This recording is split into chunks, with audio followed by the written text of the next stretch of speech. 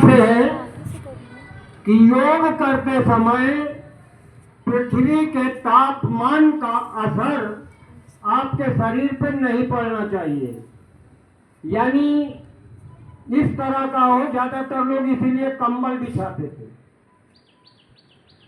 उसका टेम्परेचर आपके शरीर पर असर न करे, इस तरह का बिस्तर होना चाहिए। ठीक है।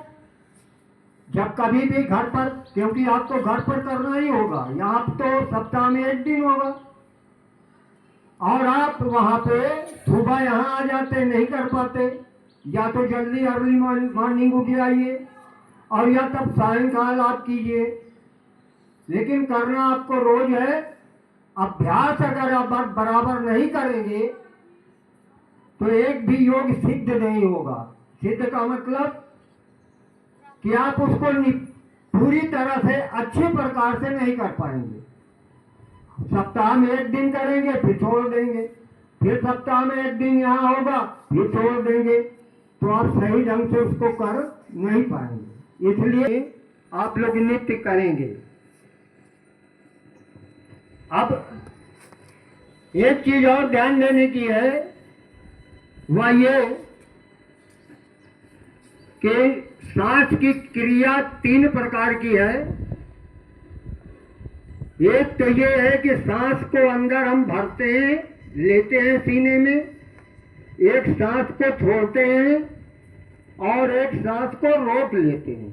3 क्रियाएं हैं जिसको हम जानते हैं। जब हम अंदर लेते हैं उसको पूरक कहते हैं, जब बाहर निकालते हैं उसको रेचक कहते हैं, जब रोक लेते हैं उसको कुंभक कहते हैं। तो होता यह है कि जब आसन करना आरंभ करते हैं तो किसी क्रिया को जब हम करना शुरू करते हैं तो सांस को अंदर भर लेते हैं और रोक कर तब उस आसन को पूरा करते हैं, और तब तक रुके रहते हैं जब तक हम सांस को रोक सकते हैं।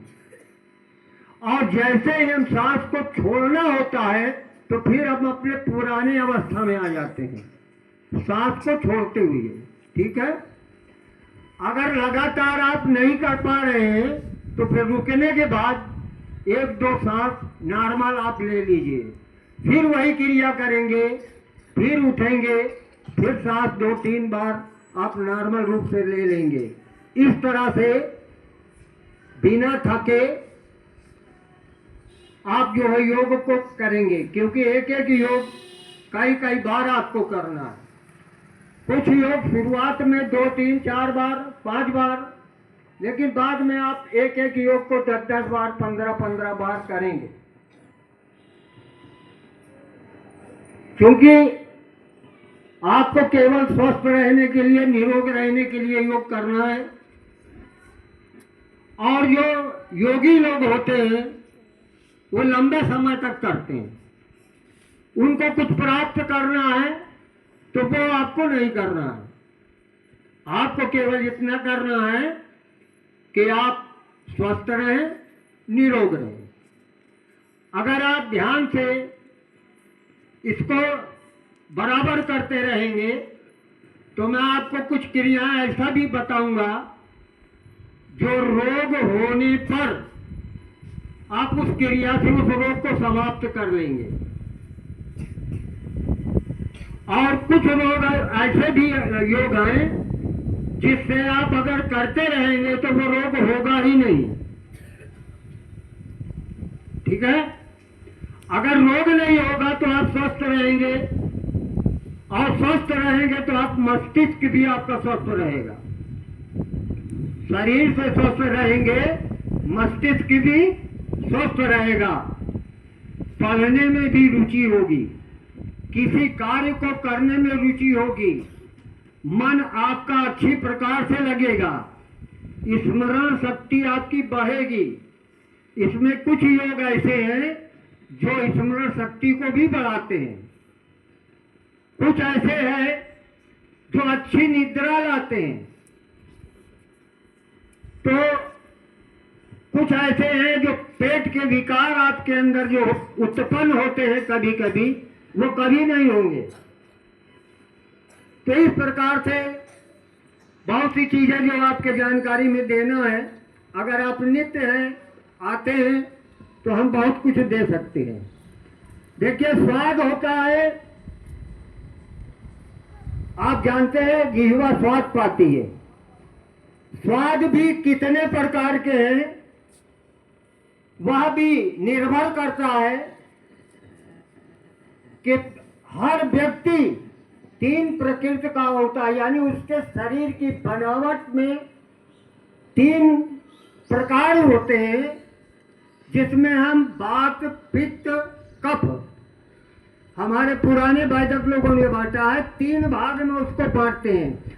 इन्हीं 3 में प्रत्येक व्यक्ति आता है। और स्वाद एक ऐसी चीज है कि उस स्वाद में खट्टा, मीठा, तीता जो भी है, कुछ स्वाद की चीजें ऐसी हैं कि जो पित्त प्रकृति के लिए त्याज्य हैं, कुछ स्वाद ऐसे हैं जो कफ प्रकृति के लिए त्याज्य हैं, और कुछ ऐसे स्वाद है जो वात प्रकृति के लिए त्याज्य है। इसमें ऐसा भी है कि उन्हीं स्वादों के द्वारा आप एक दूसरे प्रकृति को दूर कर सकते हैं। यानी वात प्रकृति की चीजों को किस स्वाद से खाएं कि वात प्रकृति हमारे पास आए ही ना, हम उससे दूर रहें, ऐसा भी है। तो धीरे धीरे हम आपको बहुत कुछ बताएंगे। अभी आपको मोटे तौर पे हमने बताया, क्योंकि जगह यहाँ कम है, तो योग का कुछ कार्य हम आपको वही बताएंगे जो कम जगह में आप कर लें। तो हम सर्वप्रथम अब योग आरंभ करेंगे, आप लोग ध्यान से इसको करेंगे। अभी हम एक एक बार आपको करवाएंगे, बाद में इसी को बढ़ा के 5 बार, 3 बार, 5 बार लगातार कराएंगे।